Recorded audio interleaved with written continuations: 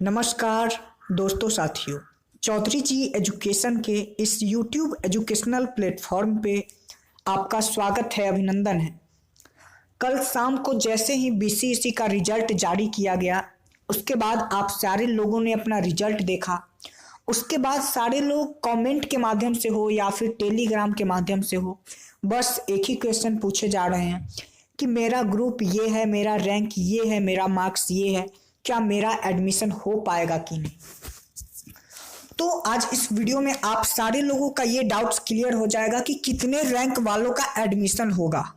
हालांकि मैंने YouTube पे देखा कि कुछ लोग आप लोगों का मतलब 3-3 घंटे का लाइव सेशन चला रहे हैं और उनके पास कोई ऑफिशियल डाटा आपको नहीं दिखा रहे हैं।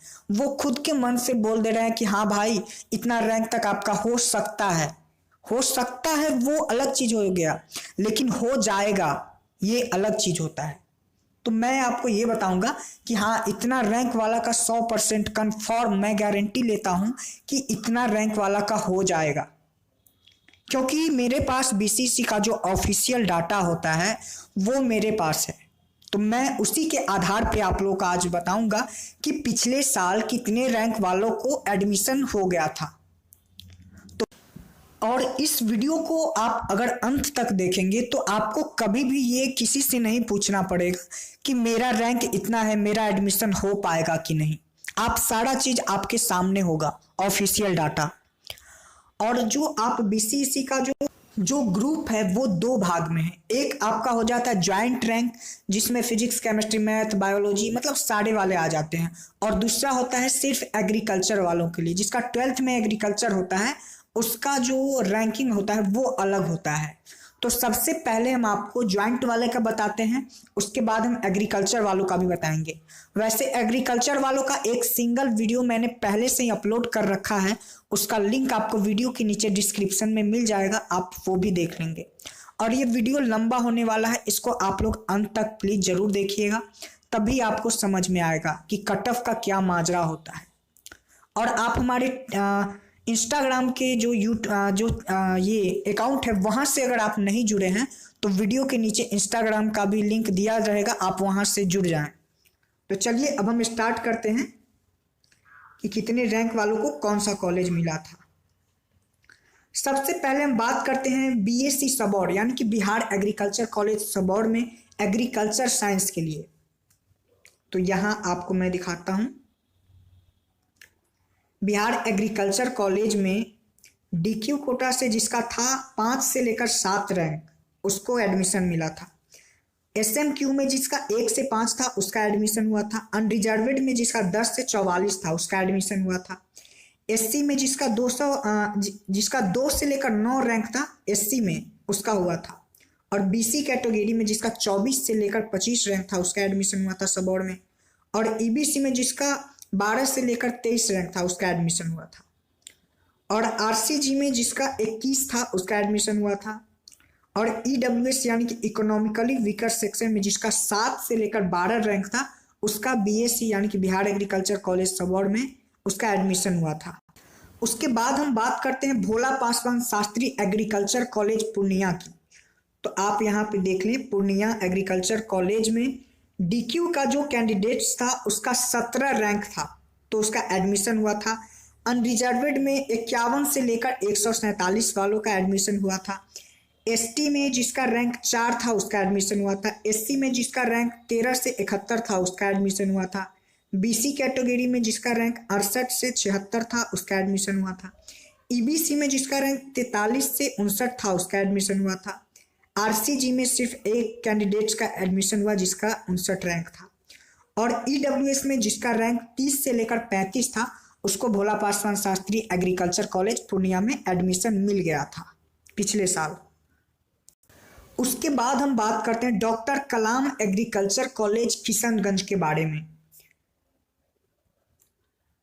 तो किशनगंज में जिसका रैंक डीक्यू रैंक जिसका 48 से 55 था उसको किशनगंज कॉलेज में एडमिशन मिल गया था। जिसका अनरिजर्वेड रैंक 45 से 204 था उसका किशनगंज में एडमिशन मिला था। एसटी का 6 रैंक वालों का एडमिशन मिला था। एससी का 19 से 75 तक एडमिशन मिला था। बीसी का 107 से 137 तक एडमिशन मिला था। ईबीसी का 51 से 100 तक एडमिशन मिला था। आरसीजी का 104 से 116 एडमिशन मिला था। ईडब्ल्यूएस में 40 से लेकर 65 तक जिसका रैंक था उसको डीकेएससी किशनगंज में एडमिशन मिल गया था एग्रीकल्चर साइंस में। उसके बाद हम बात करते हैं मंडन भारती एग्रीकल्चर कॉलेज सहरसा। तो यहाँ आप देख लें कि मंडन भारती एग्रीकल्चर कॉलेज सहरसा का इसमें डीक्यू रैंक जिसका 39 था उसका एडमिशन हुआ था। उसके बाद यूआर रैंक जिसका 158 से 208 था उसका एडमिशन हुआ था। एससी रैंक 55 से 81 तक जिसका था उसका एडमिशन हुआ था। बीसी रैंक जिसका 98 से 124 था उसका एडमिशन हुआ था। उसके बाद ईबीसी रैंक जिसका 70 से 101 था उसका एडमिशन हुआ था। उसके बाद आरसीजी रैंक जिसका 105 से 106 था उसका हुआ था। ईबीसी में 43 से 66 वालों का एडमिशन हुआ था। सॉरी, ईडब्ल्यूएस में जिसका 43 से 66 था उसको मंडन भारती एग्रीकल्चर कॉलेज सहरसा में एडमिशन हुआ था। उसके बाद हम बात करते हैं वीर कुंवर सिंह एग्रीकल्चर कॉलेज डुमरांव बक्सर में जो है उसका। तो उसमें आपका जिसका डीक्यू रैंक 20 था उसका एडमिशन हुआ था। अनरिजर्वेड 112 से 193 का एडमिशन हुआ था। एसटी में जिसका 9 रैंक था उसका एडमिशन हुआ था। एससी में 29 से 45 तक एडमिशन हुआ था। यहाँ पे आप देख ले एससी में 29 से 45 तक एडमिशन हुआ था। बीसी में 102 से 138 तक एडमिशन हुआ था। ईबीसी में आपका 54 से 87 तक एडमिशन हुआ था। आरसीजी में 121 का एडमिशन हुआ था। और ईडब्ल्यूएस में जिसका 32 से 49 तक रैंक था उसका वीर कुंवर सिंह कॉलेज में एडमिशन हो गया था। उसके बाद हम बात करते हैं हॉर्टिकल्चर का। नूरसराय में जो कॉलेज है उसमें कितना का एडमिशन हुआ था। तो इसमें जिसका डीक्यू रैंक 51 था उसका एडमिशन हुआ था। अनरिजर्वेड 213 से 336 वाले का एडमिशन हो गया था। एससी का 82 का एडमिशन हुआ था। और बीसी में 147 जिसका था उसका हुआ था। ईबीसी में 103 से 114 हुआ था। आरसीजी में 129 का हुआ था। ईडब्ल्यूएस में 51 जिसका रैंक था उसको वहाँ पे एडमिशन मिल गया था। अब हम बात करते हैं पीएचआई पटना में बीओटी टेक के लिए किसको कितना रैंक पे मिला था। तो इसमें जिसका डीक्यू रैंक 58 था उसको मिला था। उसके बाद जिसका यूआर रैंक 77 था उसको मिला 77 से 595 तक मिला था। एससी में आपका 98 से 158 तक मिला था। बीसी में 269 से लेकर 279 तक मिला था। उसके बाद ईबीसी में 178 से 230 तक मिला था। और उसके बाद हम बात करते हैं पीएचआई पटना में ही बी ऑप्थेल्मिक टेक्नोलॉजी के लिए किसमें कितने रैंक वालों का मिला था। डीक्यू जिसका 77 था उसको मिला था। अनरिजर्वेड 26 से 599 तक वालों को मिला था। एससी में जिसका 31 से 64 था उसको मिला था। बीसी में जिसका 252 से 287 था उसको मिला था। ईबीसी में जिसका 187 से 253 था उसको मिला था। आरसीजी में 224 वाले को मिला हुआ था। उसके बाद सीओएफ किशनगंज में फिशरीज के लिए बैचलर ऑफ फिशरीज साइंस वालों के लिए यहाँ पे आप देख लें कि जिसका डीक्यू रैंक 74 से 76 था उसको मिला हुआ था। यूआर रैंक 342 से 601 वालों को मिला था। एसटी जिसका था 14 था उसको मिला था। एससी में जिसका 107 से 152 था उसको मिला था। बीसी में जिसका 270 से 312 था उसको मिला था। ईबीसी में जिसका 173 से 250 था उसको मिला था। आरसीजी में जिसका 257 से 257 मतलब 257 वालों को ही मिला था। ईडब्ल्यूएस में 89 से 96 वालों को मिला था। तो इतना को वहां पे मिला था। उसके बाद पीएचआई पटना में बीएम लैब टेक के लिए यहाँ पे आप देख लें कोर्स है बीएम लैब टेक। तो उसके लिए डीक्यू रैंक जिसका 25 था उसको मिला था। अनरिजर्वेड 542 से 271 से 542 वालों को मिला था। एससी में जिसका 85 से 134 था उसको मिला था। बीसी 243 से 262 को मिला था। ईबीसी 188 से 245 तक को मिला था। आरसीजी 218 वाले को वहां पे मिल गया था। उसके बाद बीसीपीओ पटना में बीपीएचटी के लिए जिसका रैंक था आपका डीक्यू रैंक 6 वालों को मिला था। यूआर 2 से 80 वालों को मिला था।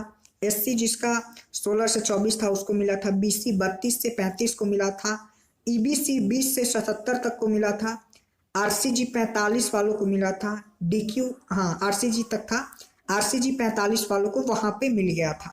उसके बाद GPI गुलजार बाग में वी फार्मा कोर्स के लिए कितने रैंक तक मिला था? गुलजार बाग में वी फार्मा कोर्स के लिए, बी फार्मा कोर्स के लिए जिसका DQ रैंक, यहाँ पे आप देख लें, बी फार्मा कोर्स के लिए जिसका DQ रैंक 3 से 41 था उसको मिला था UR 67 से 406 को मिला था, ST 13 को मिला था, SC जिसका 23 से 105 था उसको मिला था, BC 163 से 214 को मिला था, EBC 123 से 167 को मिला था, RCG 141 से 184 को मिला था, और बस इतना ही था। उसके बाद MIT मुजफ्फरपुर में बी फार्मा कोर्स के लिए जिसका DQ रैंक 52 से 63 था उसको मिला था, अनरिजर्वेड 105 से 564 वालों को मिला था, ST 8 वाले को मिला था, SC 76 से 131 को मिला था। उसके बाद BC 235 से 255 को मिला था, EBC 153 से 206 को मिला था, RCG 185 से 204 को मिला था, और EWS 81 से 111 वालों को वहां मिला था।